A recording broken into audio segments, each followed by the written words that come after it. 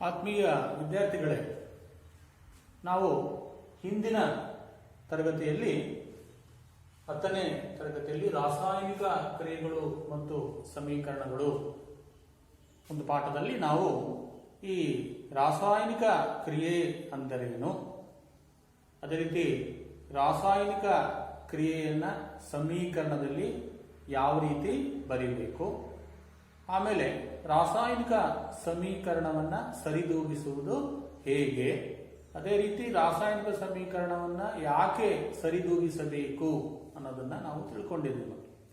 ಈಗ ರಾಸಾಯನಿಕ ಕ್ರಿಯೆ ಅಂದ್ರೆ ಗೊತ್ತಿದೆ ನಿಮಗೆ, ಹೊಸ ವಸ್ತು ಉತ್ಪತ್ತಿ ಆಗುವಂಥದ್ದು.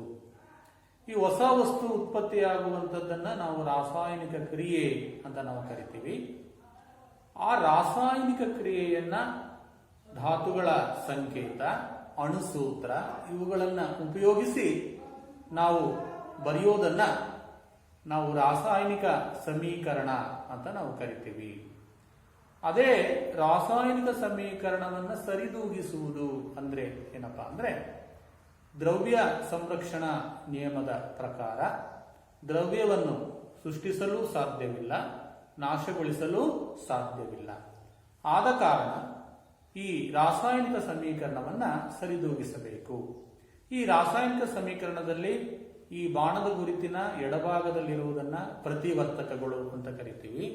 ಆ ಬಾಣದ ಗುರುತಿನ ಬಲಭಾಗದಲ್ಲಿ ಇರುವುದನ್ನ ನಾವು ಉತ್ಪನ್ನಗಳು ಅಂತ ನಾವು ಕರಿತೀವಿ. ಈ ಪ್ರತಿವರ್ತಕದಲ್ಲಿರುವಂತಹ ಪರಮಾಣುಗಳು ಉತ್ಪನ್ನದಲ್ಲೂ ಇರಬೇಕು, ಪ್ರತಿವರ್ತಕದಲ್ಲಿರುವಂತಹ ಪರಮಾಣುಗಳ ಸಂಖ್ಯೆ ಉತ್ಪನ್ನದಲ್ಲಿಯೂ ಕಂಡು ಬರಬೇಕು. ಅದನ್ನ ನಾವು ರಾಸಾಯನಿಕ ಸಮೀಕರಣ ಸರಿದೂಗಿಸುವುದು ಅಂತ ಕರೆದ್ವಿ ಅನ್ನೋದನ್ನ ನಾವು ಹಿಂದಿನ ತರಗತಿಯಲ್ಲಿ ತಿಳ್ಕೊಂಡಿದ್ದೀವಿ. ಈಗ ಅದೇ ರಾಸಾಯನಿಕ ಕ್ರಿಯೆಯ ವಿಧಗಳು. ರಾಸಾಯನಿಕ ಕ್ರಿಯೆಯ ವಿಧಗಳಲ್ಲಿ 4 ವಿಧಗಳಿವೆ. ಆ 4 ವಿಧಗಳು ಯಾವುದಪ್ಪ ಅಂದ್ರೆ, ಒಂದು ರಾಸಾಯನಿಕ ಸಂಯೋಗ ಕ್ರಿಯೆ, ಎರಡನೇದು ರಾಸಾಯನಿಕ ವಿಭಜನೆ ಕ್ರಿಯೆ, ಮೂರನೇದು ರಾಸಾಯನಿಕ ಸ್ಥಾನ ಪಲ್ಲಟ ಕ್ರಿಯೆ, ನಾಲ್ಕನೇದು ರಾಸಾಯನಿಕ ದ್ವಿಸ್ಥಾನ ಪಲ್ಲಟ ಕ್ರಿಯೆ ಅಂತ ಹೇಳ್ಬಿಟ್ಟು ಒಟ್ಟು 4 ವಿಧಗಳಿವೆ.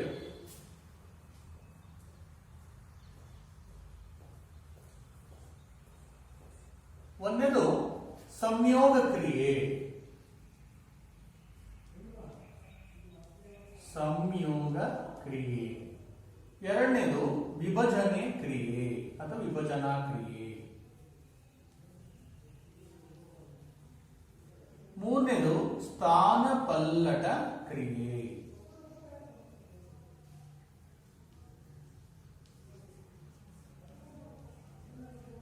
ನಾಲ್ಕನೇದು ದ್ವಿಸ್ಥಾನ ಪಲ್ಲಟ ಕ್ರಿಯೆ.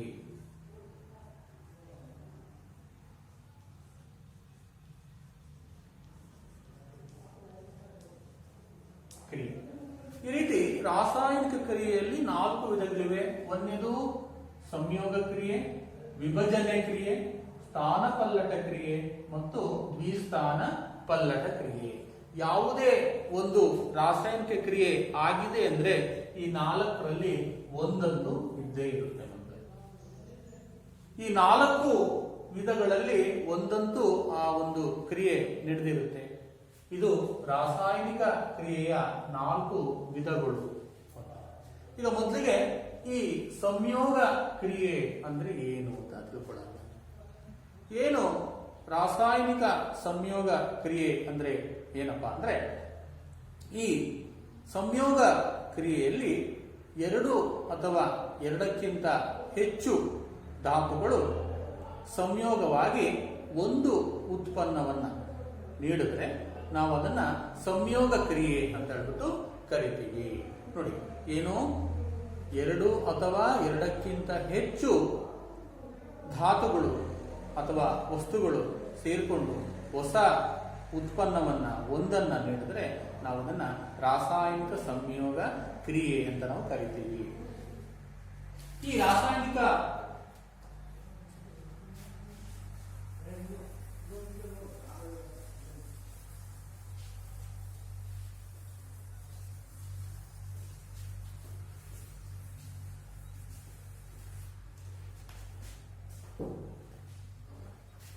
ಉದಾಹರಣೆ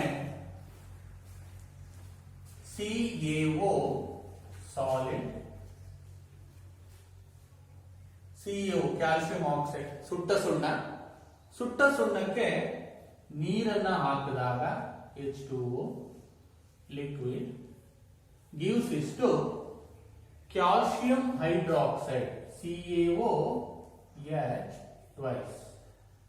CaOH twice. ಇದು aqueous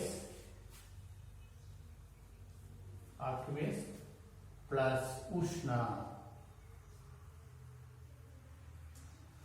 ನೋಡಿ, ಒಂದು ಉದಾಹರಣೆಯನ್ನ ನಾವು ಹೇಳ್ಬೋದು.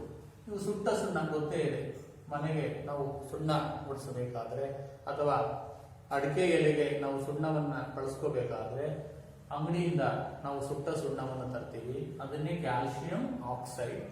ಈ ಕ್ಯಾಲ್ಸಿಯಂ ಆಕ್ಸೈಡ್ಗೆ ನೀವು ತಂದು ಏನ್ ಮಾಡ್ತೀರಿ? ಸುಟ್ಟ ಸುಣ್ಣಕ್ಕೆ ನೀರನ್ನ ಹಾಕ್ತೀರಿ ಅಲ್ವಾ? ಅದು ಗುಳ್ಳೆ ಗುಳ್ಳೆ ಗುಳ್ಳೆ ಬರುತ್ತೆ. ನಾವು ಅದನ್ನ ಪಾತ್ರೆಯನ್ನ ಮುಟ್ ನೋಡಿದಾಗ ಬಿಸಿ ಆಗುತ್ತೆ, ಅದು ಉಷ್ಣ ಬಿಡುಗಡೆ ಆಗುತ್ತೆ. ಆಮೇಲೆ ಒಂದು ಉತ್ಪನ್ನ ನೋಡಿ, ಕ್ಯಾಲ್ಸಿಯಂ ಹೈಡ್ರಾಕ್ಸೈಡ್ ಎನ್ನುವಂತಹ ಒಂದು ಉತ್ಪನ್ನ ಬಿಡುಗಡೆ ಆಗುತ್ತೆ. ಇಲ್ಲಿ ನೋಡಿ, ಎರಡು ಅಥವಾ ಎರಡಕ್ಕಿಂತ ಹೆಚ್ಚಿನ ವಸ್ತುಗಳು ಸಂಯೋಗವಾಗಿ ಒಂದು ಉತ್ಪನ್ನವನ್ನ ನೀಡಿದ್ರೆ ನಾವು ಅದನ್ನ ಸಂಯೋಗ ಕ್ರಿಯೆ. ನೋಡಿ, ಸಂಯೋಗ ಆಗಿದೆ ಅಲ್ವಾ? ಒಂದು ಉತ್ಪನ್ನ ನೀಡಿದೆ. ಇದನ್ನ ನಾವು ಪ್ರತಿವರ್ತಕಗಳು ಅಂತ ಕರಿತೀವಿ, ಇದನ್ನ ಉತ್ಪನ್ನ ಅಂತ ಕರಿತೀವಿ. ಇದು ಎಲ್ಲಿ ಎಷ್ಟು ಉತ್ಪನ್ನ ನೀಡಿದೆ? ಒಂದು ಉತ್ಪನ್ನವನ್ನ ನೀಡಿದೆ. ಇದು ಸಂಯೋಗ ಕ್ರಿಯೆ. ಎರಡು ಅಥವಾ ಎರಡಕ್ಕಿಂತ ಹೆಚ್ಚಿನ ವಸ್ತುಗಳು ಸೇರಿ ಒಂದು ಉತ್ಪನ್ನವನ್ನ ನೀಡಿದ್ರೆ ನಾವು ಅದನ್ನ ಸಂಯೋಗ, ನೋಡಿ, ಸಂಯೋಗ ಕ್ರಿಯೆ ಅಂತ ನಾವು ಕರಿತೀವಿ. ಉದಾಹರಣೆ, ಸುಟ್ಟ ಸುಣ್ಣಕ್ಕೆ ನೀರನ್ನ ಹಾಕಿದಾಗ ಅದು ಅರಳಿದ ಸುಣ್ಣವಾಗುತ್ತೆ. ಇದರ ಹೆಸರೇನು? ಅರಳಿದ ಸುಣ್ಣ. ಇದನ್ನೇ ನಾವು ಗೋಡೆಗೆ ಸುಣ್ಣ ಬಳಿಯೋದಕ್ಕೆ ಅಥವಾ ಅಡಿಕೆ ಎಲೆಗೆ ತಿನ್ನೋದಕ್ಕೆ ಉಪಯೋಗಿಸುವಂಥದ್ದು ಅರಳಿದ ಸುಣ್ಣ. ಮತ್ತೆ ಉಷ್ಣವು ಕೂಡ ಬಿಡುಗಡೆ ಆಗುತ್ತೆ. ಇದನ್ನ ಸಂಯೋಗ ಕ್ರಿಯೆ ಅಂತ ನಾವು ಕರೀಬಹುದು. ಇನ್ನು ಒಂದು ಉದಾಹರಣೆ, ಕಲ್ಲಿದ್ದಲಿನ ದಹನ.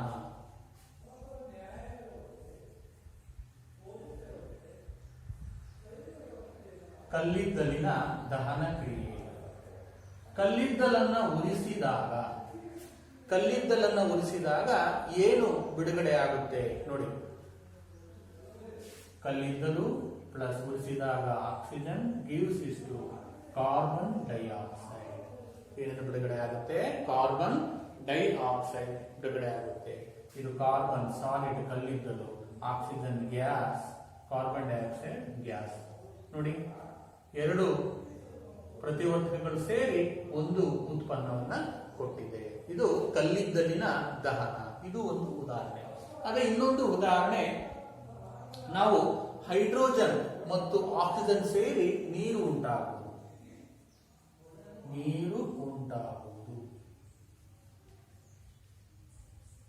ನೀರು ಹೇಗೆ ಉಂಟಾಗುತ್ತಪ್ಪ ಅಂದಾಗ, ಹೈಡ್ರೋಜನ್ ಆಕ್ಸಿಜನ್ ನಿಂದಿಗೆ ಉರಿದು ನೀರು ಉಂಟಾಗುತ್ತೆ. ಗೊತ್ತೇ ಇದೆ ನಮಗೆ. H2 gas plus oxygen gas gives ಇಷ್ಟು H2O. ಹೈಡ್ರೋಜನ್ ಎರಡಿದೆ, ಆಕ್ಸಿಜನ್ ಎರಡಿದೆ, ಆಕ್ಸಿಜನ್ ಒಂದಿದೆ. ಅದಕ್ಕೋಸ್ಕರ ಇದನ್ನ ಎರಡರಿಂದ ಗುಣಿಸಬೇಕು. 2O2.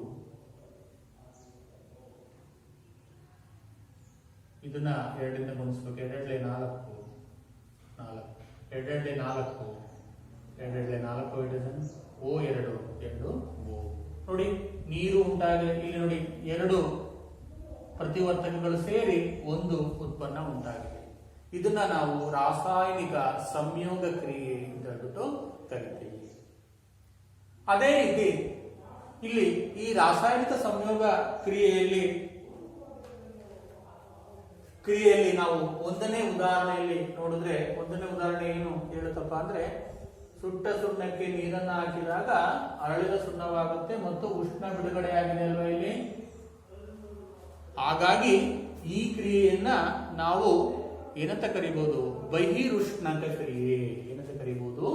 ಬಹಿರುಷ್ಣಕ ಕ್ರಿಯೆ ಅಂತ ಕರಿಬಹುದು.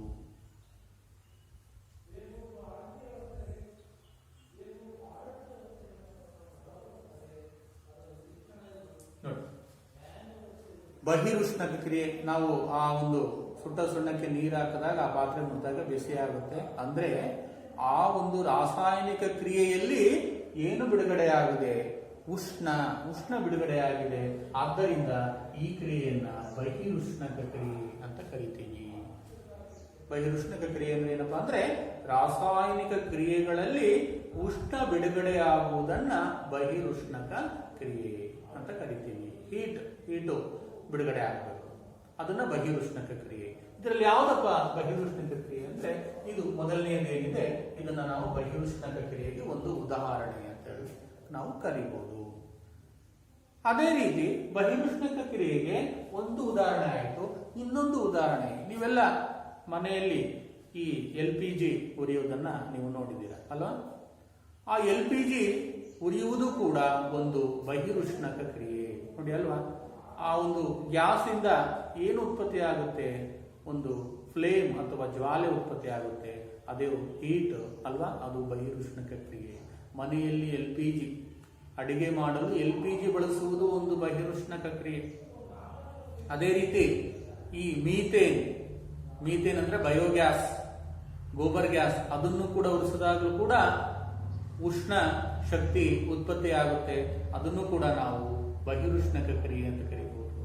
ಆಮೇಲೆ ಇನ್ನೊಂದು ಉದಾಹರಣೆ ಯಾವುದು, ಉಸಿರಾಟ, ಪ್ರಾಣಿಗಳ ಉಸಿರಾಟ ಒಂದು ಬಹಿರುಷ್ಣಕ ಕ್ರಿಯೆ. ಮಕ್ಕಳು ಏನು ಉಸಿರಾಟ ಅಂದ್ರೆ ಏನಪ್ಪಾ ಅಂದ್ರೆ ಶಕ್ತಿ ಬಿಡುಗಡೆ ಆಗುವ ಕ್ರಿಯೆ. ನಮ್ಮ ದೇಹದಲ್ಲಿ ನಮಗೆ ಕೆಲಸ ಮಾಡಲು ಶಕ್ತಿ ಬೇಕೇ ಬೇಕು. ಆ ಶಕ್ತಿ ಎಲ್ಲಿಂದ ಬರುತ್ತೆ? ಜೀವಕೋಶಗಳಲ್ಲಿ ಬಿಡುಗಡೆ ಆಗುತ್ತೆ. ಜೀವಕೋಶಗಳಲ್ಲಿ ಬಿಡುಗಡೆ ಆಗಬೇಕು ಅಂದ್ರೆ ನಾವು ಊಟ ಮಾಡಬೇಕು. ಊಟ ಮಾಡಿದಾಗ ಗ್ಲೂಕೋಸ್ ಉತ್ಪತ್ತಿ ಆಗುತ್ತೆ ಜೀರ್ಣವಾಗಿ. ಆ ಗ್ಲೂಕೋಸ್ ರಕ್ತವನ್ನು ಸೇರಿ ಜೀವಕೋಶಗಳಿಗೆ ಹೋಗುತ್ತೆ. ನಾವು ಈ ಉಚ್ಛ್ವಾಸದಿಂದ ಆಕ್ಸಿಜನ್ ಅನ್ನು ಒಳಗೆ ತಗೊಂಡಾಗ ಅದು ಜೀವಕೋಶದಲ್ಲಿ ಹೋಗಿ ಗ್ಲೂಕೋಸ್ ಜೊತೆ ಏನಾಗುತ್ತೆ, ರಾಸಾಯನಿಕ ಕ್ರಿಯೆಯಾಗಿ ಶಕ್ತಿಯನ್ನ ಬಿಡುಗಡೆ ಮಾಡುತ್ತೆ.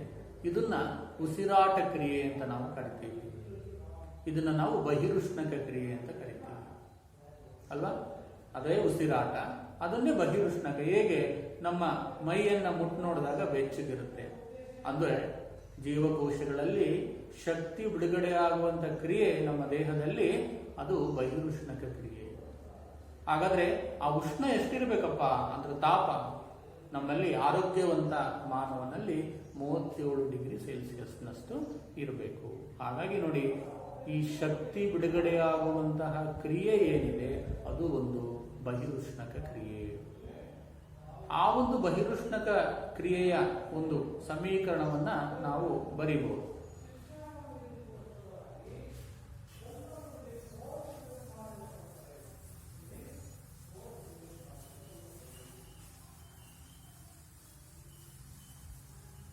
ಆ ಉಸಿರಾಟ ಕ್ರಿಯೆಯ ಸಮೀಕರಣವನ್ನು ಬರೀಬಹುದು.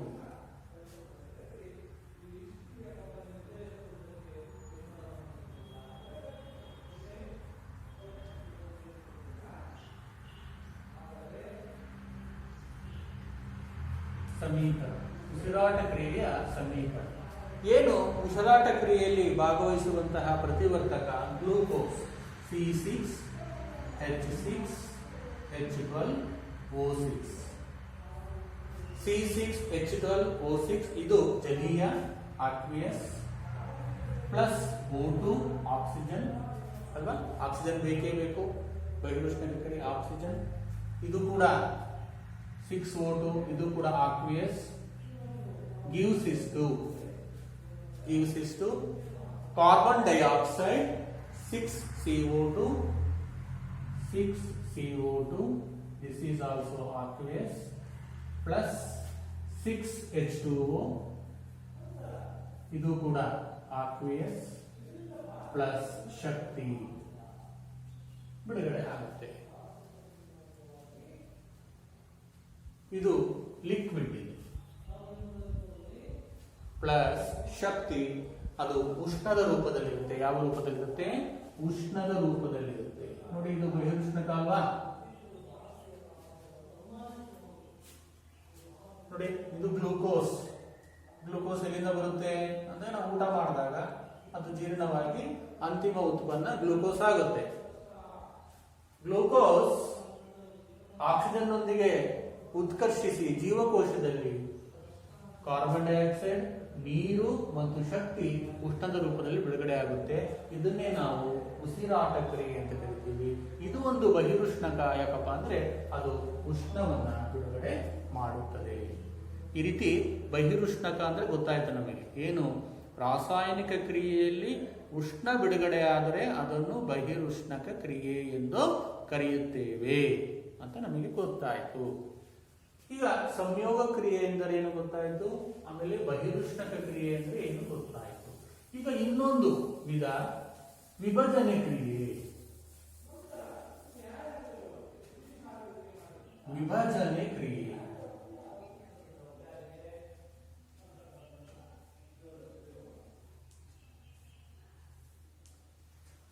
ವಿಭಜನೆ ಕ್ರಿಯೆ ಅಂದ್ರೆ ಏನಪ್ಪಾ ಅಂದ್ರೆ ಇಲ್ಲಿ ಒಂದು ಪ್ರತಿವರ್ತಕ ಹಲವಾರು ಉತ್ಪನ್ನಗಳಾಗಿ ವಿಭಜನೆ ಆಗುವುದನ್ನ ವಿಭಜನೆ ಕ್ರಿಯೆ ಅಂತ ಕರಿತೀವಿ. ಈಗ ಒಂದೇ ಒಂದು ಪ್ರತಿವರ್ತಕ ಅದು ಹಲವಾರು ಉತ್ಪನ್ನಗಳಾಗಿ ವಿಭಜನೆ ಆಗುತ್ತೆ. ಅದನ್ನ ನಾವು ವಿಭಜನೆ ಕ್ರಿಯೆ ಅಂತ ಹೇಳ್ಬಿಟ್ಟು ಕರಿತೀವಿ. ಉದಾಹರಣೆಗೆ ನೋಡಿ, ಫೆರಸ್ ಸಲ್ಫೇಟ್ ಅರಳುಗಳನ್ನ ನಾವು ಒಂದು ಪ್ರನಾಳದಲ್ಲಿ ತಗೊಂಡು ಕಾಯಿಸಿದ್ರೆ, ಅಲ್ಲಿ 3 ಉತ್ಪನ್ನಗಳು ಬಿಡುಗಡೆ ಆಗ್ತವೆ. ಆ 3 ಉತ್ಪನ್ನಗಳು ಯಾವುದಪ್ಪ ಅಂದ್ರೆ, ಒಂದು ಫೆರಿಕ್ ಆಕ್ಸೈಡ್, ಇನ್ನೊಂದು ಸಲ್ಫರ್ ಟ್ರೈಆಕ್ಸೈಡ್, ಇನ್ನೊಂದು ಸಲ್ಫರ್ ಡೈಆಕ್ಸೈಡ್. 3 ಉತ್ಪನ್ನಗಳು ಬಿಡುಗಡೆ. ಯಾವ್ದಾವುದು? ಫೆರಸ್ ಸಲ್ಫೇಟ್ ಅರಳುಗಳು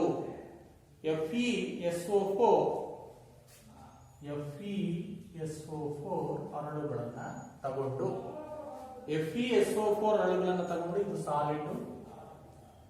ಇದನ್ನ ನಾವು ಕಾಯಿಸಿದಾಗ, ಉಷ್ಣ ಕೊಟ್ಟಾಗ FeSO3 ಸಿಗುತ್ತೆ.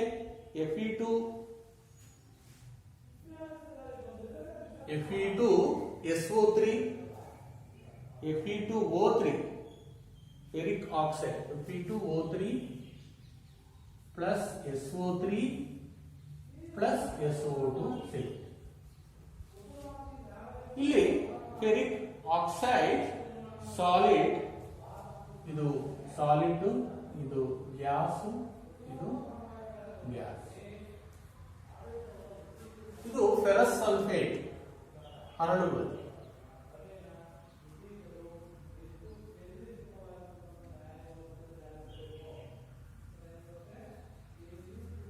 ಅರಳು ಉಷ್ಣ ಕೊಟ್ಟಾಗ ಫೆರಿಕ್ ಆಕ್ಸೈಡ್,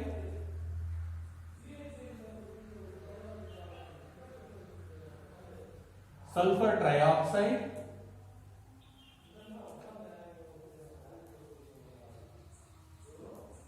ಮತ್ತು ಸಲ್ಫರ್ ಡೈಆಕ್ಸೈಡ್ 3 ಉತ್ಪನ್ನಗಳು ಬಿಡುಗಡೆ ಆಗಿದೆ ನೋಡಿ.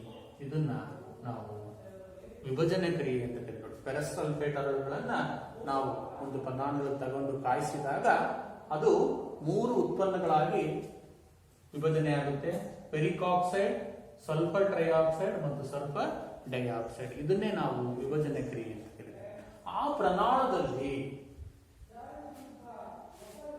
ಆ ಪ್ರನಾಳದ ಬಣ್ಣ ಬದಲಾಗುತ್ತೆ. ಪ್ರನಾಳದಲ್ಲಿ ಆ ಫೆರಸ್ ಸಲ್ಫೇಟ್ ನ ಬಣ್ಣ ಬದಲಾಗುತ್ತೆ. ನೀಲಿ ಇರುತ್ತೆ, ನೀಲಿ ಇದ್ದಿದ್ದು ಬಿಳಿ ಆಗುತ್ತೆ. ಮತ್ತೆ ಆ ಬಿಳಿಯ ಅರಳುಗಳಿಗೆ ನಾವು ನೀರನ್ನು ಹಾಕಿದ್ರೆ ಮತ್ತೆ ಅದು ನೀಲಿ ಬಣ್ಣಕ್ಕೆ ಬರುತ್ತೆ ಮಕ್ಕಳೇ. ಇದು ನಾವು ವಿಭಜನೆ ಕ್ರಿಯೆ ಅಂತ ಹೇಳ್ಬಿಟ್ಟು ಕರಿತೀವಿ ಮಕ್ಕಳೇ. ಅದೇ ರೀತಿ ಇನ್ನೊಂದು, ಈ ನಿಸರ್ಗದಲ್ಲಿ ಸಿಗುವಂತಹ ಸುಣ್ಣದ ಕಲ್ಲನ್ನ ಕಾಯಿಸಿದಾಗ ಅಲ್ಲಿ 2 ಉತ್ಪನ್ನಗಳು ಬಿಡುಗಡೆ ಆಗ್ತವೆ. ಒಂದು ಕ್ಯಾಲ್ಸಿಯಂ ಆಕ್ಸೈಡ್ ಮತ್ತು ಇನ್ನೊಂದು ಕಾರ್ಬನ್ ಡೈಆಕ್ಸೈಡ್. ಇನ್ನೊಂದು ಉದಾಹರಣೆ ತಗೊಳ್ಳಿ, CaCO3 ಅನ್ನು ಕಾಯಿಸಿದಾಗ, ಉಷ್ಣ ಕೊಟ್ಟಾಗ CaO ಪ್ಲಸ್ CO2 ಬಿಡುಗಡೆಯಾಗುತ್ತೆ. Gas, solid. ನೋಡಿ, ಇದು ಕೂಡ ಸುಣ್ಣದ ಕಲ್ಲನ್ನ ಕಾಯಿಸಿದಾಗ, ಇದು ನ್ಯಾಚುರಲ್ ಆಗಿ ಸಿಗೋದು ಪ್ರಕೃತಿಯಲ್ಲಿ. ಸುಣ್ಣದ ಕಲ್ಲನ್ನ ಕಾಯಿಸಿದಾಗ ಕ್ಯಾಲ್ಸಿಯಂ ಆಕ್ಸೈಡ್ ಉಂಟಾಗುತ್ತದೆ. ಮತ್ತು ಕಾರ್ಬನ್ ಡೈಆಕ್ಸೈಡ್ ಉಂಟಾಗಿದೆ. ಇದು ಕೂಡ ಒಂದು ವಿಭಜನೆ ಕ್ರಿಯೆಗೆ ಉದಾಹರಣೆ. ಅದೇ ರೀತಿ ಇಲ್ಲಿ ಯಾವುದನ್ನ ಅದು ಬಳಕೆ ಮಾಡಿಕೊಂಡಿದೆ? ಉಷ್ಣದಿಂದ ವಿಭಜನೆ ಕ್ರಿಯೆ ಆಗಿದೆ. ಅದೇ ರೀತಿ ಸೂರ್ಯನ ಬೆಳಕಿನಿಂದಲೂ ಕೂಡ ವಿಭಜನೆ ಕ್ರಿಯೆ ನಡೆಯುತ್ತೆ. ವಿದ್ಯುತ್ ಶಕ್ತಿಯಿಂದಲೂ ಕೂಡ ವಿಭಜನೆ ಕ್ರಿಯೆ ನಡೆಯುತ್ತೆ. ಅಂದ್ರೆ ವಿಭಜನಾ ಕ್ರಿಯೆಯಲ್ಲಿ 3 ರೀತಿ ನಡೆಯುತ್ತೆ. 1 ಉಷ್ಣ ವಿಭಜನೆ ಕ್ರಿಯೆ, 2 ಬೆಳಕಿನ ವಿಭಜನೆ ಕ್ರಿಯೆ, 3ನೇದು ವಿದ್ಯುತ್ ಶಕ್ತಿ ವಿಭಜನಾ ಕ್ರಿಯೆ. ಉಷ್ಣ ವಿಭಜನೆ ಕ್ರಿಯೆ, ಬೆಳಕಿನ ವಿಭಜನಾ ಕ್ರಿಯೆ ಮತ್ತು ವಿದ್ಯುತ್ ಶಕ್ತಿ ವಿಭಜನಾ ಕ್ರಿಯೆ. 3 ರೀತಿ ಇಲ್ಲಿ ವಿಭಜನಾ ಕ್ರಿಯೆಗಳು 3 ರೀತಿ ನಡೀತವೆ.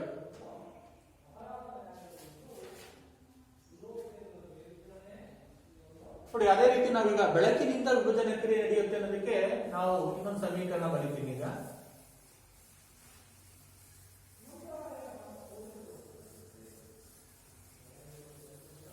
ಬೆಳಕಿನಿಂದ ವಿಭಜನೆ ಕ್ರಿಯೆ ನಡೆಯುತ್ತೆ ಅನ್ನೋದಕ್ಕೆ 2AgCl ಸಾಲಿಡ್, ಸೂರ್ಯನ ಬೆಳಕು,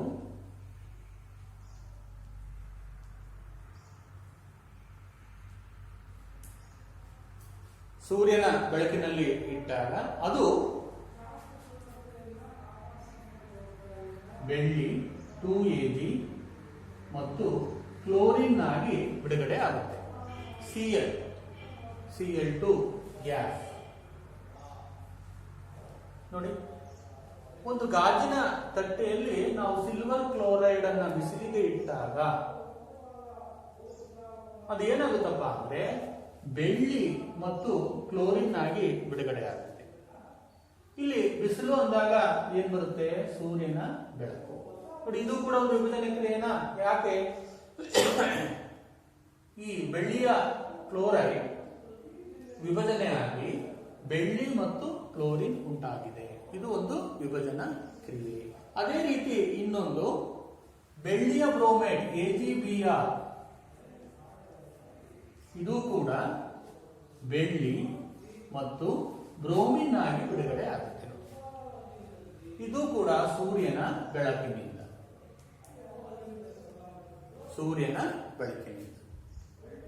ಅದೇ ರೀತಿ ವಿದ್ಯುತ್ ಶಕ್ತಿ ವಿಭಜನಾ ಕ್ರಿಯೆ ಅಂತ ಬಳಸ್ತೀವಿ. ಎಲ್ಲಿ?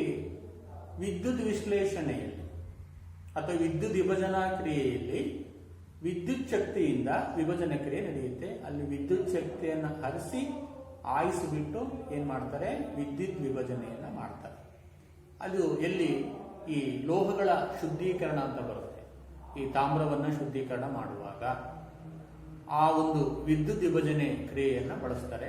ಅಲ್ಲಿ ವಿದ್ಯುತ್ ಶಕ್ತಿಯನ್ನು ಆಯಿಸಿಬಿಟ್ಟು ವಿಭಜನೆ ಕ್ರಿಯೆಯನ್ನ ಉಂಟು ಮಾಡುವಂಥದ್ದು. ಈ ರೀತಿ ವಿಭಜನಾ ಕ್ರಿಯೆಯಲ್ಲಿ 3 ರೀತಿ. ಉಷ್ಣ ವಿಭಜನೆ ಕ್ರಿಯೆ. ಉಷ್ಣ ವಿಭಜನೆ ಕ್ರಿಯೆ ಅಂದ್ರೆ ಏನಪ್ಪಾ ಅಂದ್ರೆ ಆ ರಾಸಾಯನಿಕ ಕ್ರಿಯೆಯು ಉಷ್ಣವನ್ನ ಬಳಸ್ಕೊಳ್ಳುತ್ತೆ. ಅದನ್ನ ಉಷ್ಣ ವಿಭಜನೆ ಕ್ರಿಯೆ. ಆ ಉಷ್ಣದಿಂದ ವಿಭಜನೆ ಆಗುತ್ತೆ. ನೆಕ್ಸ್ಟ್ ಬೆಳಕು. ಆ ಬೆಳಕನ್ನು ಉಪಯೋಗಿಸಿಕೊಂಡು ವಿಭಜನೆ ಕ್ರಿಯೆ ನಡೆದ್ರೆ ಅದನ್ನ ಬೆಳಕಿನ ವಿಭಜನೆ ಕ್ರಿಯೆ ಅಂತ ಕರಿತೀವಿ. ಅದೇ ವಿದ್ಯುತ್ ಶಕ್ತಿ. ವಿದ್ಯುತ್ ಶಕ್ತಿಯನ್ನ ಉಪಯೋಗಿಸಿಕೊಂಡು ವಿಭಜನೆ ಕ್ರಿಯೆ ನಡೆದ್ರೆ ಅದನ್ನ ವಿದ್ಯುತ್ ಶಕ್ತಿ ವಿಭಜನೆ ಕ್ರಿಯೆ ಅಂತ ಕರೀತೀವಿ. ನೋಡಿ, ವಿಭಜನೆ ಕ್ರಿಯೆಯಲ್ಲಿ ನಾವು ಮತ್ತೆ 3 ವಿಧಗಳನ್ನ ಮಾಡ್ತೀವಿ ಮಕ್ಕಳೇ. ಆಯ್ತು, ಈಗ ನಾವು ಬಹಿರುಷ್ಣಕ ತಿಳ್ಕೊಂಡ್ವಿ. ಬಹಿರುಷ್ಣಕ ಕ್ರಿಯೆ ಅಂದ್ರೆ ಗೊತ್ತಾಯ್ತು. ಉಷ್ಣ ವಿಭಜನೆ ಕ್ರಿಯೆ, ಬೆಳಕಿನ ವಿಭಜನೆ ಕ್ರಿಯೆ, ಅದೇ ರೀತಿ ವಿದ್ಯುತ್ ಶಕ್ತಿ ವಿಭಜನೆ ಕ್ರಿಯೆ. ಹಾಗಾಗಿ ಇನ್ನೊಂದು ಅಂತರುಷ್ಣಕ ಕ್ರಿಯೆ ಅಂದ್ರೆ ಏನು? ಅಂತರುಷ್ಣಕ ಕ್ರಿಯೆ ಅಂದ್ರೆ ಏನಪ್ಪಾ ಅಂದ್ರೆ ರಾಸಾಯನಿಕ ಕ್ರಿಯೆಯಲ್ಲಿ ಅದು ಉಷ್ಣವನ್ನ ಬಳಸಿಕೊಂಡ್ರೆ ನಾವು ಅದನ್ನ ಅಂತರುಷ್ಣಕ ಕ್ರಿಯೆ. ನೋಡಿ, ಬಹಿರುಷ್ಣಕ ಮತ್ತು ಅಂತರುಷ್ಣಕ. ಹಾಗಾದ್ರೆ ಬಹಿರುಷ್ಣಕ ಮತ್ತು ಅಂತರುಷ್ಣಕ ಕ್ರಿಯೆಯಲ್ಲಿರುವಂತಹ ವ್ಯತ್ಯಾಸವೇನಪ್ಪಾ ಅಂದ್ರೆ ಬಹಿರುಷ್ಣಕ ಕ್ರಿಯೆಯಲ್ಲಿ ರಾಸಾಯನಿಕ ಕ್ರಿಯೆಯು ಉಷ್ಣವನ್ನ ಬಿಡುಗಡೆ ಮಾಡುತ್ತೆ. ಅಂತರುಷ್ಣಕ ಕ್ರಿಯೆಯಲ್ಲಿ ರಾಸಾಯನಿಕ ಕ್ರಿಯೆಯು ಉಷ್ಣವನ್ನ ಹೀರಿಕೊಳ್ಳುತ್ತೆ ಅಥವಾ ಬಳಸಿಕೊಂಡು ಕ್ರಿಯೆ ನಡೆಯುತ್ತೆ. ಇದನ್ನ ನಾವು ಅಂತರುಷ್ಣಕ ಕ್ರಿಯೆ ಅಂತ ಹೇಳ್ಬಿಟ್ಟು ಕರಿತೀವಿ.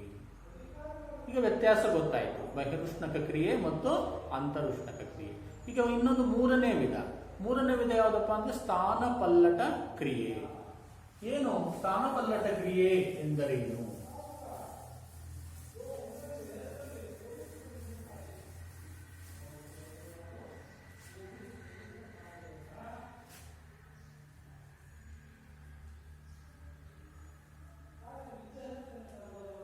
ಸ್ಥಾನಪಲ್ಲಟ ಕ್ರಿಯೆ ಏನು? ಒಂದು ಪ್ಲೇಸ್ ಇಂದ ಇನ್ನೊಂದು ಪ್ಲೇಸ್ಗೆ ಹೋಗೋದು ಅಂತ ಅರ್ಥ. ಈಗ ಎರಡು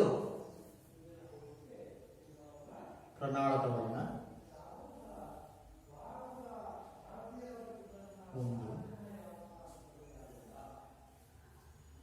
ಎರಡು ಪ್ರಣಾಳಕಗಳು, ಇದರಲ್ಲಿ ಫೆರಸ್ ಸಲ್ಫೇಟ್ ಅಥವಾ ಕಬ್ಬಿಣದ ಸಲ್ಫೇಟ್ ದ್ರಾವಣವನ್ನು ಹಾಕೋಣ 10 ml ಅಷ್ಟು. FeSO4 ದ್ರಾವಣವನ್ನು ಹಾಕಿದ್ದೀವಿ. ಇದು ಎ ಮತ್ತು ಇದು ಬಿ. ಈ ಎ ಎನ್ನುವಂತ ಪ್ರಣಾಳಕ್ಕೆ ಎರಡು ಮೊಳೆಗಳನ್ನು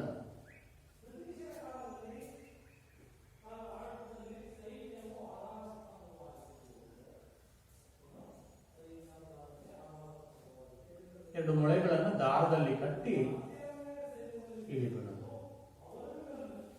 ಇದರಲ್ಲಿ ಯಾವುದೇ ಮೊಳೆಗಳನ್ನ ಹಾಕುವಾಗಿಲ್ಲ. ಕಬ್ಬಿಣದ ಮೊಳೆ,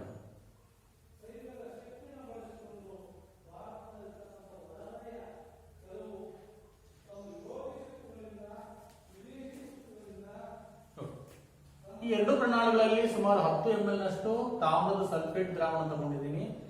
ಎರಡು ಕಬ್ಬಿಣದ ಮೊಳೆಗಳನ್ನು ದಾರದಲ್ಲಿ ಕಟ್ಟಿ ಎ ಪ್ರಣಾಳದಲ್ಲಿ ಮುಳುಗಿಸಿದ್ದೀನಿ. ಒಂದು ಅರ್ಧ ಗಂಟೆಯ ನಂತರ ನಾವು ಹೋಲಿಕೆ ಮಾಡೋಣ. ಇದು ಮತ್ತು ಇದನ್ನು ಹೋಲಿಕೆ ಮಾಡೋಣ. ಏನಾಗಿರುತ್ತೆ ಅಂದಾಗ ಈ ಕಾಪರ್ ಸಲ್ಫೇಟ್ ಏನ್ ತಗೊಂಡಿದ್ವಿ ಇದು ಅದೇ ಬಣ್ಣ ಇರುತ್ತೆ, ಆದ್ರೆ ಇಲ್ಲಿ ಬಣ್ಣ ಇರೋದಿಲ್ಲ. ಹಾಗಾದ್ರೆ ಏನಾಯ್ತಲ್ಲಿ? ಇಲ್ಲಿ ಸ್ಥಾನಪಲ್ಲಟ ಕ್ರಿಯೆ ನಡೀತು. ಈ ಸ್ಥಾನಪಲ್ಲಟ ಕ್ರಿಯೆ ನಡೀತು. ಈ ಸ್ಥಾನಪಲ್ಲಟ ಕ್ರಿಯೆಯಲ್ಲಿ ಏನಾಯ್ತಪ್ಪ ಅಂದ್ರೆ ಕಾಪರ್ ಸಲ್ಫೇಟ್ ನೊಂದಿಗೆ ಕಬ್ಬಿಣ ವರ್ತಿಸಿದೆ. ಆ ವರ್ತಿಸಿದಾಗ ಏನಾಯ್ತು, ಈ ಕಾಪರ್ ಸಲ್ಫೇಟ್ ನಲ್ಲಿರುವಂತಹ ತಾಮ್ರ ಅಥವಾ ಕಾಪರ್ ಅನ್ನ ಯಾವುದು ಕಬ್ಬಿಣದ ಮೊಳೆ ಆಕರ್ಷಿಸಿದೆ. ಅಂದ್ರೆ ಅದಕ್ಕೆ ಸಮೀಕರಣ ಬರೆದಾಗ CuSO4 plus Fe gives is to FeSO4 plus Cu. ಇಲ್ಲಿ ಕಾಪರ್ ಸಲ್ಫೇಟ್ ಪ್ಲಸ್ ಕಬ್ಬಿಣದ ಮೊಳೆ ಏನುಂಟಾಯ್ತು? ಫೆರಸ್ ಸಲ್ಫೇಟ್ ಮತ್ತು ತಾಮ್ರ ಉಂಟಾಯಿತು. ಇಲ್ಲಿ ಕಬ್ಬಿಣ ಏನ್ ಮಾಡಿದೆ? ತಾಮ್ರದ ಸಲ್ಫೇಟ್ ನಲ್ಲಿರುವಂತಹ ತಾಮ್ರವನ್ನು ಸ್ಥಾನಪಲ್ಲಟಗೊಳಿಸಿದೆ. ಅಂದ್ರೆ ಈ ಮೊಳೆಯ ಮೇಲೆ ತಾಮ್ರ ಶೇಖರ ಆಗಿರುತ್ತೆ. ಅಂದ್ರೆ ಆ ಕಬ್ಬಿಣ ತಾಮ್ರದ ಸಲ್ಫೇಟ್ ನಲ್ಲಿರುವ ತಾಮ್ರವನ್ನ ಸ್ಥಾನಪಲ್ಲಟಿಸಿತು. ಈ ಕ್ರಿಯೆಯನ್ನ ನಾವು ಸ್ಥಾನಪಲ್ಲಟ ಕ್ರಿಯೆ ಅಂತ ಕರಿತೀವಿ. ಅಂದ್ರೆ ಹಾಗಾದ್ರೆ ಕಬ್ಬಿಣ ತಾಮ್ರದ ಸಲ್ಫೇಟ್ ನಲ್ಲಿರುವ ತಾಮ್ರವನ್ನ ಸ್ಥಾನಪಲ್ಲಟಿಸಿದೆ ಅಂದ್ರೆ ಕಬ್ಬಿಣ ತಾಮ್ರಕ್ಕಿಂತ ಕ್ರಿಯಾಶೀಲವಾಗಿರಬೇಕು, ಹೆಚ್ಚು ಕ್ರಿಯಾಶೀಲವಾಗಿರಬೇಕು ಅಲ್ವಾ? ಈ ರೀತಿ ಒಂದು ಲೋಹವು ಸಂಯುಕ್ತದಲ್ಲಿರುವ ಇನ್ನೊಂದು ಲೋಹವನ್ನ ಸ್ಥಾನಪಲ್ಲಟಗೊಳಿಸಿದ್ರೆ ಅದನ್ನು ನಾವು ಸ್ಥಾನಪಲ್ಲಟ ಕ್ರಿಯೆ ಅಂತ ಕರಿತೀವಿ. ಒಂದು ಲೋಹವು ಸಂಯುಕ್ತದಲ್ಲಿರುವ ಇನ್ನೊಂದು ಲೋಹವನ್ನ ಸ್ಥಾನಪಲ್ಲಟಗೊಳಿಸುವುದನ್ನ ಸ್ಥಾನಪಲ್ಲಟ ಕ್ರಿಯೆ ಅಂತ ಹೇಳ್ಬಿಟ್ಟು ಕರಿತೀವಿ. ಈಗ ಸ್ಥಾನಪಲ್ಲಟ ಕ್ರಿಯೆ ಅಂದ್ರೆ ಗೊತ್ತಾಯ್ತು ನಮಗೆ.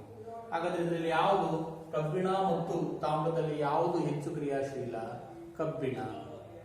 ಕಬ್ಬಿಣ ತಾಮ್ರಕ್ಕಿಂತ ಹೆಚ್ಚು ಕ್ರಿಯಾಶೀಲ ಆಗಿರೋದ್ರಿಂದ ಆ ಒಂದು ಕಬ್ಬಿಣವು ತಾಮ್ರವನ್ನ ಸ್ಥಾನಪಲ್ಲಟಗೊಳಿಸಿದೆ. ಈ ರೀತಿ ಇದನ್ನ ನಾವು ಸ್ಥಾನಪಲ್ಲಟ ಕ್ರಿಯೆ ಅಂತ ಕರಿತೀವಿ. ಈ ರೀತಿಯ ಒಂದು ರಾಸಾಯನಿಕ ಕ್ರಿಯೆಯು ಕೂಡ ನಡೆಯುತ್ತೆ ಅಂತ ಹೇಳ್ಬಿಟ್ಟು. ನೆಕ್ಸ್ಟ್ ದ್ವಿ ಸ್ಥಾನಪಲ್ಲಟ ಕ್ರಿಯೆ ನೋಡೋಣ. ಈಗ ಇದಕ್ಕೆ ಇನ್ನೊಂದು ಉದಾಹರಣೆಯನ್ನ ನಾವು ಕೊಡಬಹುದು.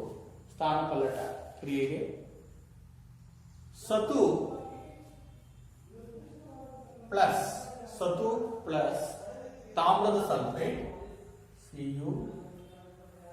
CuSO4 gives is to ಸತುವಿನ ಸಲ್ಫೇಟ್ ZnSO4 plus Cu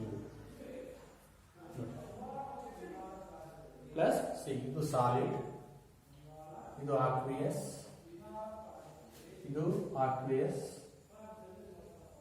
ಇದು ಸಾಲಿಡ್. ಇಲ್ಲೇನಾಗಿದೆ,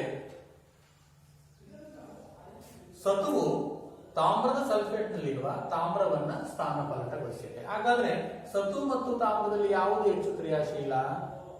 ಸತು ಹೆಚ್ಚು ಕ್ರಿಯಾಶೀಲ. ಹಾಗೆ ಇನ್ನೊಂದು ಉದಾಹರಣೆ, Pb ಸೀಸ ಪ್ಲಸ್ ತಾಮ್ರದ chloride solid CuCl2 aqueous gives is to PbCl2 aqueous plus Cu. ಇಲ್ಲಿ ಯಾವುದು ಹೆಚ್ಚು ಕ್ರಿಯಾಶೀಲ? ಸೀಸ ತಾಮ್ರಕ್ಕಿಂತ ಹೆಚ್ಚು ಕ್ರಿಯಾಶೀಲ. ಈ ರೀತಿ ನೋಡಿ, ಇದರಲ್ಲಿ ಕಬ್ಬಿಣವು ತಾಮ್ರವನ್ನು ಸ್ಥಾನಪಲ್ಲಟಿಸಿದೆ, ಇದರಲ್ಲಿ ಸತುವು ತಾಮ್ರವನ್ನು ಸ್ಥಾನಪಲ್ಲಟಿಸಿದೆ, ಇದರಲ್ಲಿ ಸೀಸವು ತಾಮ್ರವನ್ನ ಸ್ಥಾನಪಲ್ಲಟಿಸಿದೆ. ಅದಕ್ಕೆ ಕಾರಣ ಅವುಗಳ ಕ್ರಿಯಾಶೀಲತೆ ಹೆಚ್ಚಾಗಿರುತ್ತೆ ಒಂದಕ್ಕಿಂತ ಒಂದು. ಇಂತಹ ಕ್ರಿಯೆಯನ್ನ ನಾವು ಸ್ಥಾನಪಲ್ಲಟ ಕ್ರಿಯೆ ಅಂತ ಹೇಳ್ಬಿಟ್ಟು ಕರಿತೀವಿ. ಅದೇ ರೀತಿ ನೆಕ್ಸ್ಟ್ ಇನ್ನೊಂದು ದ್ವಿಸ್ಥಾನಪಲ್ಲಟ ಕ್ರಿಯೆ.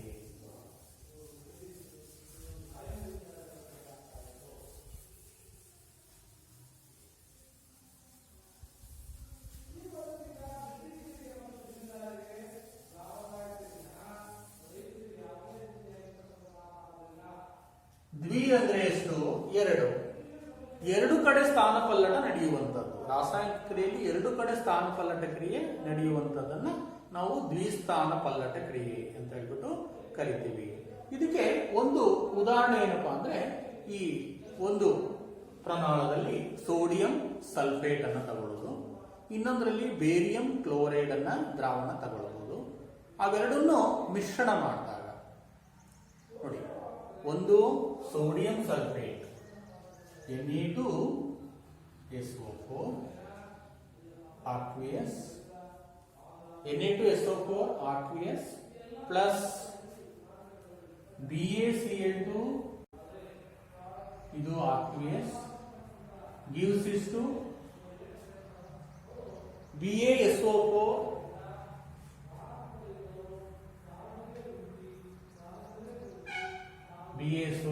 aqueous BaSO4 solid, ಇದು solid plus NaCl 2NaCl ಇದು aqueous. ನೋಡಿ, ಒಂದು ಪ್ರಮಾಣದಲ್ಲಿ ಸೋಡಿಯಂ ಸಲ್ಫೇಟ್ ದ್ರಾವಣ ತಗೊಳ್ಬೇಕು, ಇನ್ನೊಂದು ಪ್ರಮಾಣದಲ್ಲಿ ಅಷ್ಟೇ ಪ್ರಮಾಣದ ಬೇರಿಯಂ ಕ್ಲೋರೈಡ್ ದ್ರಾವಣ ತಗೊಂಡು ಎರಡನ್ನು ಮಿಶ್ರಣ ಮಾಡಿದಾಗ ಎರಡು ಉತ್ಪನ್ನಗಳು ಸಿಗ್ತವೆ. ಒಂದು ಬೇರಿಯಂ ಸಲ್ಫೇಟ್, ಇನ್ನೊಂದು ಸೋಡಿಯಂ ಕ್ಲೋರೈಡ್ ಸಿಗುತ್ತೆ. ಇದು ಪ್ರಕ್ಷೇಪವಾಗುತ್ತೆ.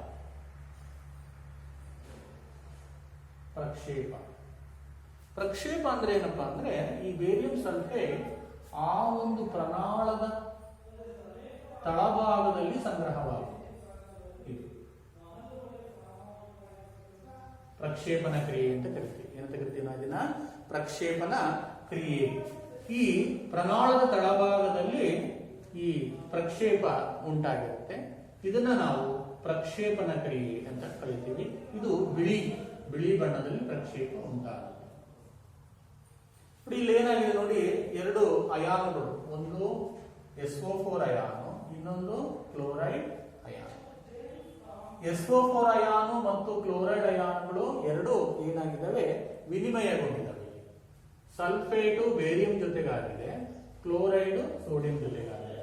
ಯಾವ ಅಯಾನುಗಳು? ಒಂದು ಸಲ್ಫೇಟ್ ಅಯಾನು, ಇನ್ನೊಂದು ಕ್ಲೋರೈಡ್ ಅಯಾನು. ಇವೆರಡು ವಿನಿಮಯ ಮಾಡಿಕೊಂಡಿರೋದ್ರಿಂದ ಇದನ್ನ ನಾವು ದ್ವಿಸ್ಥಾನ ಪಲ್ಲಟ ಅಂತ ಕರಿತೀವಿ. ಅರ್ಥ ಆಗಿದೆ ಅಲ್ವಾ? ನೋಡಿ, ಸಲ್ಫೇಟು ಬೇರಿಯಂ ಜೊತೆ ಹೋಗಿದೆ, ಕ್ಲೋರಿನ್ ಸೋಡಿಯಂ ಜೊತೆ ಅದಲು ಬದಲು ಮಾಡ್ಕೊಂಡಿದ್ದಾವೆ. ಇಂತಹ ಕ್ರಿಯೆಯನ್ನ ನಾವು ದ್ವಿಸ್ಥಾನ ಪಲ್ಲಟ ಕ್ರಿಯೆ ಅಂತ ಹೇಳ್ಬಿಟ್ಟು ಕರಿತೀವಿ ಮಕ್ಕಳಿಗೆ. ದ್ವಿಸ್ಥಾನ ಪಲ್ಲಟ ಕ್ರಿಯೆ. ಈಗ ದ್ವಿಸ್ಥಾನ ಪಲ್ಲಟ ಕ್ರಿಯೆ ಅಂದ್ರೆ ಗೊತ್ತಾಯಿತು. ಅಯಾನುಗಳು ವಿನಿಮಯ ಮಾಡಿಕೊಳ್ಳುವ ಕ್ರಿಯೆಯನ್ನು ದ್ವಿಸ್ಥಾನ ಪಲ್ಲಟ ಕ್ರಿಯೆ ಅಂತ ಕರಿತೀವಿ. ಈಗ ನಮಗೆ 4 ರಾಸಾಯನಿಕ ಕ್ರಿಯೆಗಳು ಹೇಗೆ ನಡೀತವೆ ಅಂದ್ರೆ ಏನು, ಅದಕ್ಕೆ ಉದಾಹರಣೆಯನ್ನು ನಾವು ಈಗ ತಿಳ್ಕೊಂಡ್ವಿ. ಈಗ ಇನ್ನೊಂದು ರೀತಿಯ ರಾಸಾಯನಿಕ ಕ್ರಿಯೆ ಇದೆ. ಅದು ಏನಪ್ಪಾ ಅಂದ್ರೆ ಒಂದು ಉತ್ಕರ್ಷಣ ಮತ್ತು ಅಪಕರ್ಷಣ. ಉತ್ಕರ್ಷಣ, ಇನ್ನೊಂದು ಅಪಕರ್ಷಣ.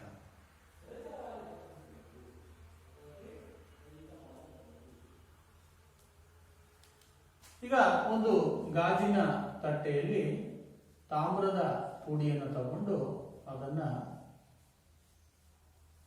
ಕಾಯಿಸಿದ್ರೆ ಈ ತಾಮ್ರದ ಪುಡಿಯ ಮೇಲೆ ಕಪ್ಪು ಪದರ ಉಂಟಾಗುತ್ತೆ. ಕಪ್ಪು ಪದರ ಉಂಟಾಗುತ್ತೆ. ಹಾಗಾದ್ರೆ ಏನಾಯ್ತು ಇಲ್ಲಿ? ತಾಮ್ರವು ಆಕ್ಸಿಜನ್ ಜೊತೆ ವರ್ತಿಸಿ ತಾಮ್ರದ ಆಕ್ಸೈಡ್ ಉಂಟಾಗಿದೆ. ತಾಮ್ರದ ಆಕ್ಸೈಡ್ ಉಂಟಾಗಿದೆ. ಇಲ್ಲಿ ಏನಾಗಿದೆ ನೋಡಿ ಸರ್, ಈ ಒಂದು ಕ್ರಿಯೆಯಲ್ಲಿ ತಾಮ್ರವನ್ನು ಕಾಯಿಸಿದಾಗ ತಾಮ್ರದ ಆಕ್ಸೈಡ್ ಅಂದ್ರೆ ತಾಮ್ರವು ಯಾವುದನ್ನು ಪಡ್ಕೊಂಡಿದೆ? ಆಕ್ಸಿಜನ್ ಅನ್ನು ಪಡ್ಕೊಂಡಿದೆ ಅಲ್ವಾ? ಈ ರೀತಿ ರಾಸಾಯನಿಕ ಕ್ರಿಯೆಯಲ್ಲಿ ಆಕ್ಸಿಜನ್ ಅನ್ನ ಪಡೆದುಕೊಂಡರೆ ಅದನ್ನ ನಾವು ಉತ್ಕರ್ಷಣ ಕ್ರಿಯೆ ಅಂತ ಕರಿತೀವಿ. ರಾಸಾಯನಿಕ ಕ್ರಿಯೆಯಲ್ಲಿ ಆಕ್ಸಿಜನ್ ಪಡೆದುಕೊಂಡರೆ ಉತ್ಕರ್ಷಣ ಕ್ರಿಯೆ ಅಂತ ಕರಿತೀವಿ. ಅದೇ ಈ ತಾಮ್ರದ ಆಕ್ಸೈಡ್ ಏನಿದೆ, ಹೈಡ್ರೋಜನ್ ಅನಿಲವನ್ನ ಆಯಿಸಿದಾಗ ಉಷ್ಣ ಕೊಟ್ಟಾಗ ಏನಾಗುತ್ತೆ? ಇಲ್ಲಿ ತಾಮ್ರ ಪ್ಲಸ್ H2O ಆಗುತ್ತೆ. ನೋಡಿ, ಅದೇ ತಾಮ್ರದ ಆಕ್ಸೈಡ್ ನ ಮೂಲಕ ನಾವು ಹೈಡ್ರೋಜನ್ ಅನಿಲವನ್ನು ಆಯಿಸಿ ಉಷ್ಣ ಕೊಟ್ಟಾಗ ತಾಮ್ರ ಮತ್ತು H2O ಅಂದ್ರೆ ನೀರು ಉಂಟಾಗುತ್ತೆ.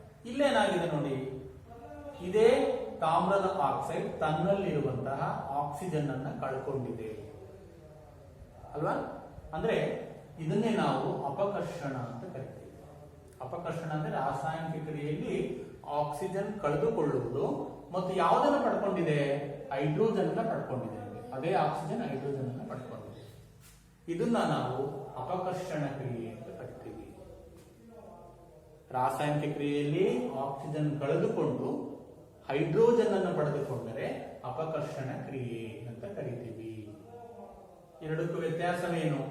ಉತ್ಕರ್ಷಣ ಅಂದ್ರೆ ಆಕ್ಸಿಜನ್ ಅನ್ನು ಪಡೆದುಕೊಳ್ಳುವುದು, ಅಪಕರ್ಷಣ ಅಂದ್ರೆ ಆಕ್ಸಿಜನ್ ಅನ್ನು ಕಳೆದುಕೊಂಡು ಹೈಡ್ರೋಜನ್ ಅನ್ನ ಪಡೆದುಕೊಳ್ಳುವುದನ್ನ ನಾವು ಅಪಕರ್ಷಣ ಅಂತ ಕರಿತೀವಿ. ಇದಕ್ಕೆ ಉದಾಹರಣೆ ನಾವು ಇನ್ನೊಂದು ಹೇಳಬಹುದು. ಎಲ್ಲಿ ಈ ಮೆಗ್ನೀಷಿಯಂ ತಂತಿಯನ್ನ ಉರಿಸಿದ್ವಲ್ಲ, ಆ ಮೆಗ್ನೀಷಿಯಂ ತಂತಿಯನ್ನು ನಾವು ಉರಿಸಿದಾಗ ಅದು ಪ್ರಕಾಶಮಾನವಾಗಿ ಉರಿತು. ಅಲ್ಲಿ ನೋಡಿ, ಮೆಗ್ನೀಷಿಯಮ್ಮು ಏನಾಗುತ್ತೆ? Mg+O2 gives MgO ಅಲ್ವಾ? ಮೆಗ್ನೀಷಿಯಂ ಯಾವುದನ್ನು ಪಡ್ಕೊಂಡಿದೆ? ಆಕ್ಸಿಜನ್ ಅನ್ನು ಪಡ್ಕೊಂಡಿದೆ. ಹಾಗಾದ್ರೆ ಅದು ಒಂದು ಉತ್ಕರ್ಷಣ ಕ್ರಿಯೆ ಅಲ್ವಾ? ಅದು ಒಂದು ಉತ್ಕರ್ಷಣ ಕ್ರಿಯೆ. ಅದೇ ಉಸಿರಾಟವು ಕೂಡ ಒಂದು ಉತ್ಕರ್ಷಣ ಕ್ರಿಯೆ. ಅಲ್ಲೂ ಕೂಡ ಅದು ಆಕ್ಸಿಜನ್ ಅನ್ನು ಬಳಸಿಕೊಳ್ಳುತ್ತೆ ಅಲ್ವಾ? ಈಗ ಉತ್ಕರ್ಷಣ ಕ್ರಿಯೆ ಅಂದ್ರೆ ಆಕ್ಸಿಜನ್ ಅನ್ನ ಪಡೆದುಕೊಳ್ಳುವುದು, ಅಪಕರ್ಷಣ ಕ್ರಿಯೆ ಅಂದ್ರೆ ಆಕ್ಸಿಜನ್ ಅನ್ನ ಕಳೆದುಕೊಳ್ಳುವುದು, ಹೈಡ್ರೋಜನ್ ಅನ್ನ ಪಡೆದುಕೊಳ್ಳುವುದು ಅಂತ ನಮಗೆ ಗೊತ್ತಾಯಿತು. ಹಾಗಾದ್ರೆ ಆ ಉತ್ಕರ್ಷಣ ಮತ್ತು ಅಪಕರ್ಷಣ ಕ್ರಿಯೆಗಳು ಒಂದರಲ್ಲೇ ನಡೆದ್ರೆ ನಾವು ಅದನ್ನ ಉತ್ಕರ್ಷಣ ಅಪಕರ್ಷಣ ಕ್ರಿಯೆ ಅಥವಾ ರೆಡಾಕ್ಸ್ ಕ್ರಿಯೆ ಅಂತ ಕರಿತೀವಿ. ಉತ್ಕರ್ಷಣ ಅಪಕರ್ಷಣ ಕ್ರಿಯೆ ಅಂದ್ರೆ ಏನಪ್ಪಾ ಅಂದ್ರೆ ಎರಡೂ ಒಂದರಲ್ಲೇ ನಡೆಯುತ್ತೆ. ಉತ್ಕರ್ಷಣ ಕ್ರಿಯೆಯು ಒಂದೇ ರಾಸಾಯನಿಕ ಕ್ರಿಯೆಯಲ್ಲಿ ನಡೆಯುತ್ತೆ, ಮತ್ತೆ ಅಪಕರ್ಷಣ ಕ್ರಿಯೆಯು ಒಂದರಲ್ಲೇ, ಅಂದ್ರೆ ಆಕ್ಸಿಜನ್ ಪಡ್ಕೊಳ್ಳುತ್ತೆ, ಅದೇ ಕ್ರಿಯೆಯಲ್ಲಿ ಆಕ್ಸಿಜನ್ ಅನ್ನ ಕಳ್ಕೊಳ್ಳುತ್ತೆ, ಹೈಡ್ರೋಜನ್ ಅನ್ನ ಪಡ್ಕೊಳ್ಳುತ್ತೆ. ಅದನ್ನ ನಾವು ರೆಡಾಕ್ಸ್ ಕ್ರಿಯೆ ಅಥವಾ ಉತ್ಕರ್ಷಣ ಅಪಕರ್ಷಣ ಕ್ರಿಯೆ ಅಂತ ಹೇಳ್ಬಿಟ್ಟು ಕರಿತೀವಿ ಮಕ್ಕಳೇ. ಈಗ ನಾವು ರೆಡಾಕ್ಸ್ ಕ್ರಿಯೆ ಅಂದ್ರೆ ಏನು, ಅಪಕರ್ಷಣ ಕ್ರಿಯೆ ಅಂದ್ರೆ ಏನು ಅನ್ನೋದನ್ನ ನಾವು ತಿಳ್ಕೊಂಡಿದ್ದೀವಿ. ಈಗ ಕೊನೆಯದಾಗಿ ಈ ನೀವೆಲ್ಲ ಕಬ್ಬಿಣ ತುಕ್ಕು ಹಿಡಿಯುವುದನ್ನ ನಾವು ನೋಡಿದ್ದೀವಿ ಅಲ್ಲ. ಕಬ್ಬಿಣ ಸಾಮಾನ್ಯವಾಗಿ ತಂದಾಗ ಹೊಸದಿರುತ್ತೆ, ಸ್ವಲ್ಪ ದಿನದ ನಂತರ ಅದು ಕಂದು ಬಣ್ಣಕ್ಕೆ ತಿರುಗುತ್ತೆ. ಅದನ್ನ ನಾವು ಕಬ್ಬಿಣ ತುಕ್ಕು ಹಿಡಿಯುವುದು ಅಂತ ಕರಿತೀವಿ. ಯಾಕೆ ಆ ರೀತಿ ಆಯಿತು ಕಬ್ಬಿಣ ಅಂದ್ರೆ ಅದು ಗಾಳಿಯಲ್ಲಿರುವ ತೇವಾಂಶ ಆಕ್ಸಿಜನ್ ಜೊತೆ ಏನಾಯಿತು ರಾಸಾಯನಿಕ ಕ್ರಿಯೆಗೆ ಒಳಗಾಗಿ ಅದು ಆ ಕಂದು ಬಣ್ಣದ ಒಂದು ಪದರ ಕಬ್ಬಿಣದ ಮೇಲೆ ಉಂಟಾಗುತ್ತೆ. ಇದನ್ನ ನಾವು ಕಬ್ಬಿಣ ತುಕ್ಕು ಹಿಡಿಯುವಿಕೆ. ಆ ಕಬ್ಬಿಣ ಬರ್ತಾ ಬರ್ತಾ ನಶಿಸುತ್ತಾ ಹೋಗುತ್ತೆ. ಈ ಕ್ರಿಯೆಯನ್ನು ನಾವು ನಶಿಸುವಿಕೆ ಅಂತ ಕರಿತೀವಿ.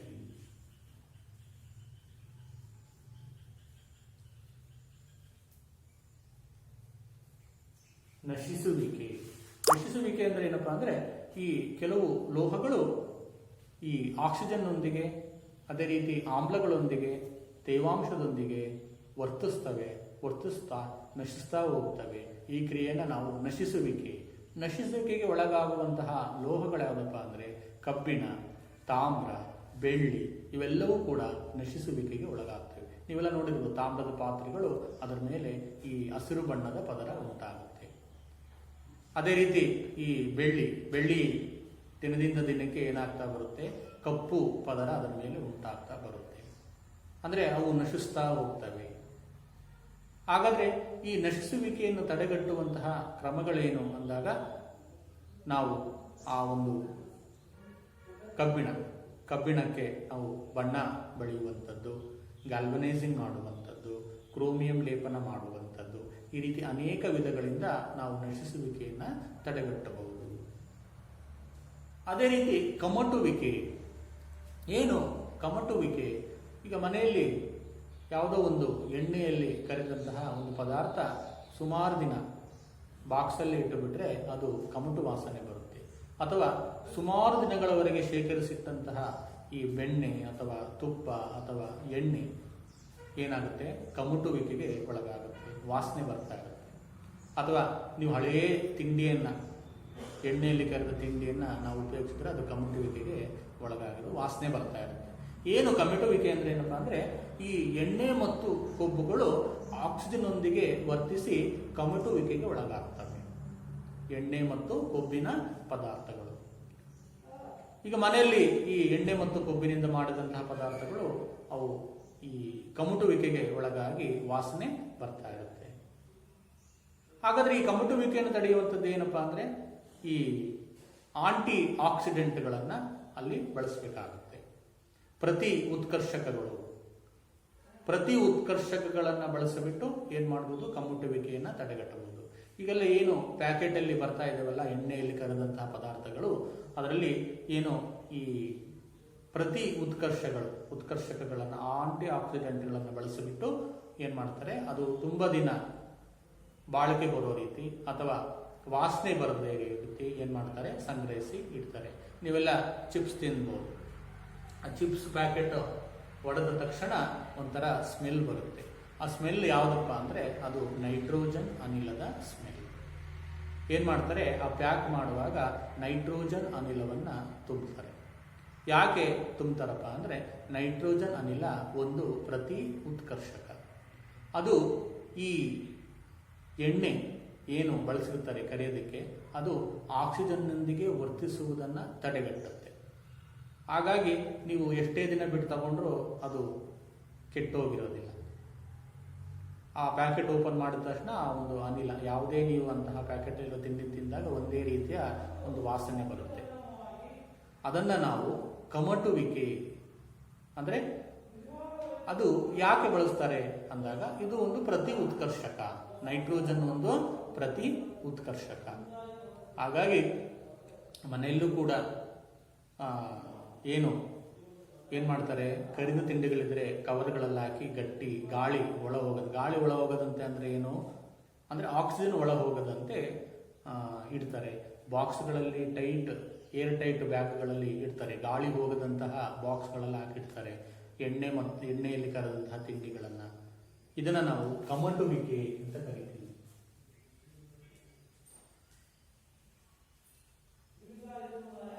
ಕಮಟುವಿಕೆ. ನಶಿಸುವಿಕೆ ಅಂದ್ರೆ ಏನಪ್ಪಾ ಅಂದ್ರೆ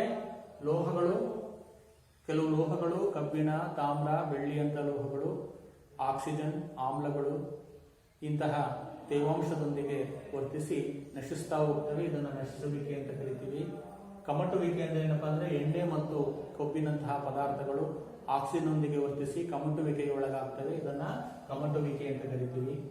ಆ ಕಮಟುವಿಕೆಯನ್ನು ತಡೆಯುವಂತಹ ಮಾರ್ಗ ಯಾವುದಪ್ಪ ಅಂದ್ರೆ ಪ್ರತಿ ಉತ್ಕರ್ಷಕಗಳನ್ನ ಬಳಸುವಂಥದ್ದು, ಚಿಪ್ಸ್ ಪ್ಯಾಕೆಟ್ನಲ್ಲಿ ನೈಟ್ರೋಜನ್ ಅನ್ನ ತುಂಬುವಂಥದ್ದು, ಇವೆಲ್ಲ.